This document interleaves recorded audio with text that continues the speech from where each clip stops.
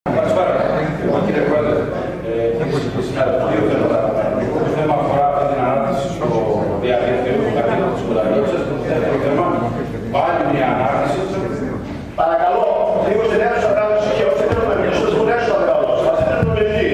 Παρακαλώ, δώστε κύριε Λάκη. Και το δεύτερο θέμα, πάλι μια ανάρτηση στο διαδίκτυο. Αυτή που αναφέρθηκε ο κ. Βαρβάκης, συγκεκριμένα του Προέδρου του ΤΑΚΑ Παταμόνα. Όσον αφορά το πρώτο θέμα, αυτό που αναφέρθηκε να υπάρχει από τις Κονταγιώτησες, ήθελα να πω το εξής. Πέρσι τέτοια εποχή, σε αυτό εδώ το Δημοτικό Συμβούλιο, αν θυμάστε καλά, είχα φέρει αυτό ακριβώς το θέμα. Δηλαδή, σας είχα πει ότι υπάρχει ένας οικισμός στην Κονταγιώτησα, ο οποίος έχει πρόβλημα όσον αφορά την ίδρυση, συγκεκριμένα ο επόμενος οικισμός, και είχα θέσει και το θέμα της ποιότητας του νερού. Από τη στιγμή που μας έρχεται σήμερα αυτό το έγγραφο από τον κύριο Βόρειο,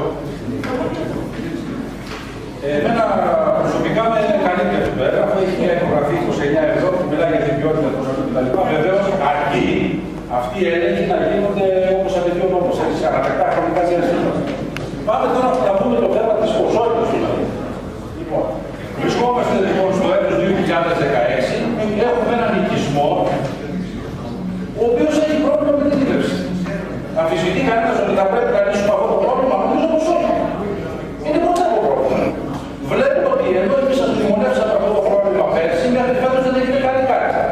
Έγινε μια συζήτηση εδώ προλίγου και ειλικρινά καταλαβαίνω ότι ναι, δεν υπάρχει πρόβλημα, αλλά η λύση είναι πολύ εύκολη. Ακούστηκαν κάτι για στροφές της μάνας, 7 στροφές, ο ένας 14 ο άλλος. Ακούστηκε για κάποια άλλη άποψη ότι όσον αφορά το δίκτυο της Κονταγιώτησας, πριν την δεξαμενή υπάρχουν 5-10 αναμονές στις οποίες κάποιοι πηγαίνουν και Θεσσαλία και παίρνουν εφόσιμο νερό. Ακούστηκε κάτι άλλο ότι δεν υπάρχει καλή συνεργασία και ότι οι δεξαμενές οι ιωτήσεις οι οποίες είναι για την άρνηση δεν στέλνουν τόσο πολύ νερό για αυτή τη ρεύση. Κύριε Πρόεδρε, εσείς θέλετε να σας λύσω το πρόβλημα σε 2 μέρες.